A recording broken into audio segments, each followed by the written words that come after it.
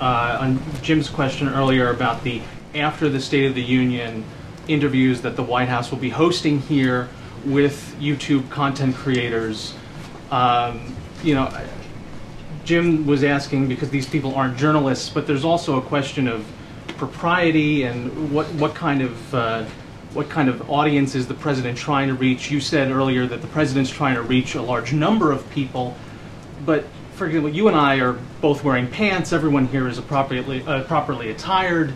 Some of these videos, people are wearing, you know, less than full clothing. They're doing ridiculous things.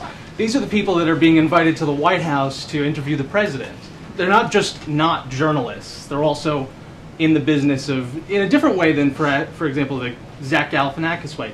Is this something that the president, I mean, obviously he thinks it's something he should be doing, but what is the message that the president is sending by inviting those people to the White House?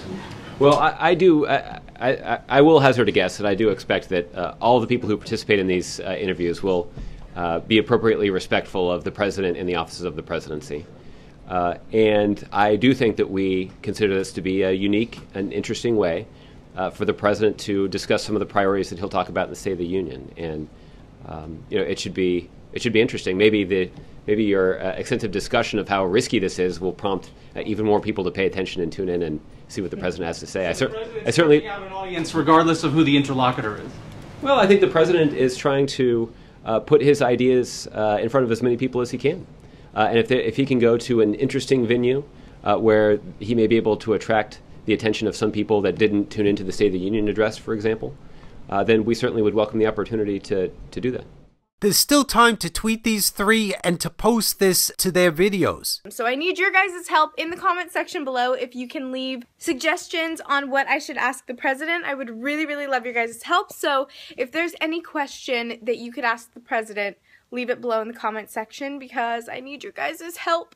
Also, you can tweet me question suggestions with the hashtag YouTubeAsksObama, and I'll be reading through all of your tweets and comments. Please leave things that you would like me to talk about or thoughts that you have in the comments or on various social media. You can use the hashtag YouTubeAsksObama, this one right there. I need your questions because I'll be like, Mr. President, is you okay? Is you good? Because I want to know. The point is not only to ask them, because odds are they won't ask the question, but I think it's worth a shot to at least give them the chance to ask the question. But also, the act of tweeting this and posting it multiple times by each of you guys that watch this video, by posting it to their videos, that increases publicity. I just was reading an article where it said that Obama didn't even mention the Israel-Palestine conflict in his State of the Union. So the wrongdoing on Israel's part swept under the rug. That's the poof moment that John Kerry mentioned.